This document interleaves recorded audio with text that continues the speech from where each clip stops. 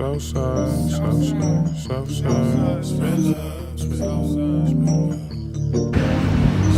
everyone, so we are outside of a slaughterhouse in Chicago, mainly chickens, and they also have turkey and rabbits. Me and Kelly just saw some really crazy shit, and we're making this video to show you guys the history of your food, what happens behind the scenes.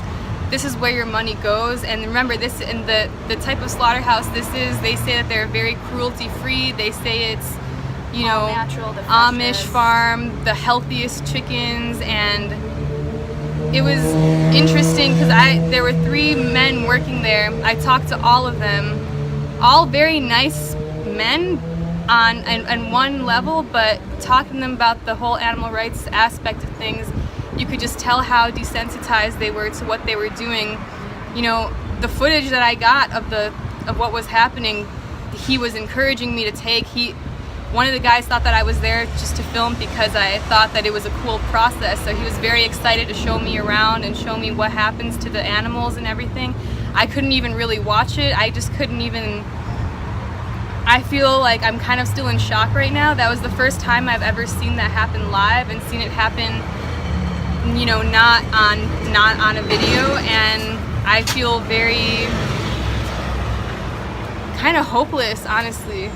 But I don't know if you guys have any thoughts to share. I don't know, I'm still just trying to process it all, really. I wasn't expecting to see all of that today. I was just expecting to see,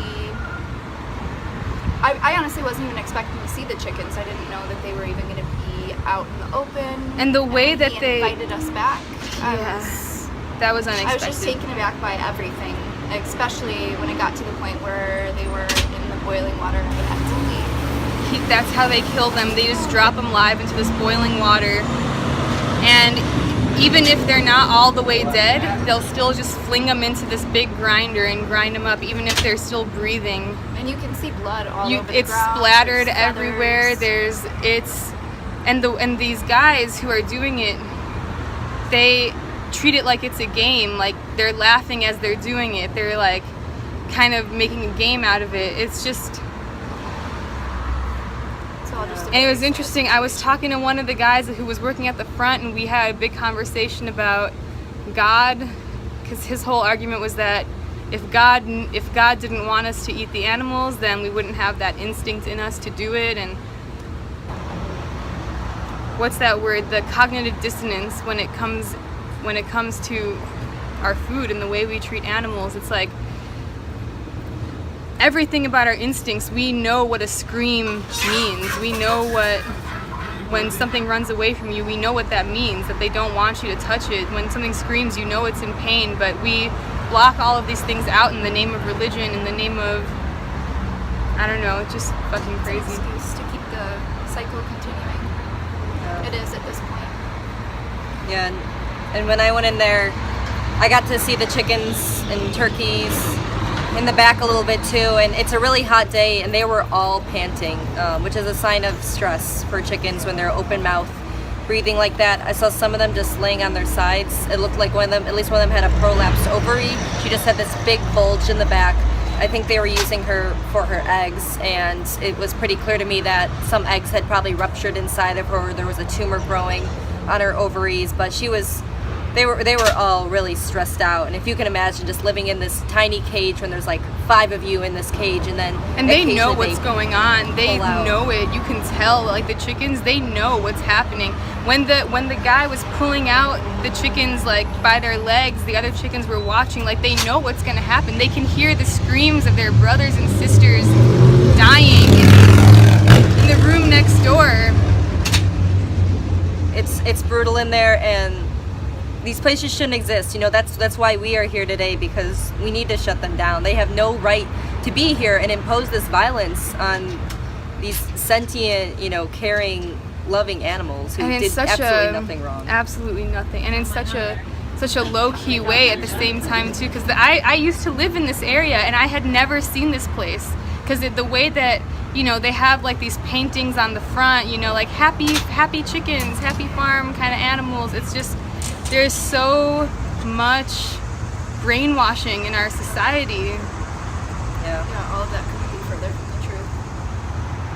It's a hell of a So we're gonna come back at some point, and hopefully they'll allow us to take someone out of there. We tried today; they said no, but we're gonna keep trying. We're gonna keep trying, so be sure to follow us on our journey and share any experience you guys have and any advice you guys have or anything. Yeah. Hey everyone, so I just came back from a slaughterhouse where they have live animals, and some of the animals included rabbits, turkeys, and chickens, and a couple other kinds of birds. And some of the chickens in there were exactly like Helen, and it was just like so traumatizing to see, because I live with Helen and she's such a sweet girl, and just to see like people like her in a cage was just like horrible. And so I don't know, I just want everyone out there to like know that like animals deserve to live, and also to help us in the fight for total animal liberation. I'm really passionate about animals. I love animals.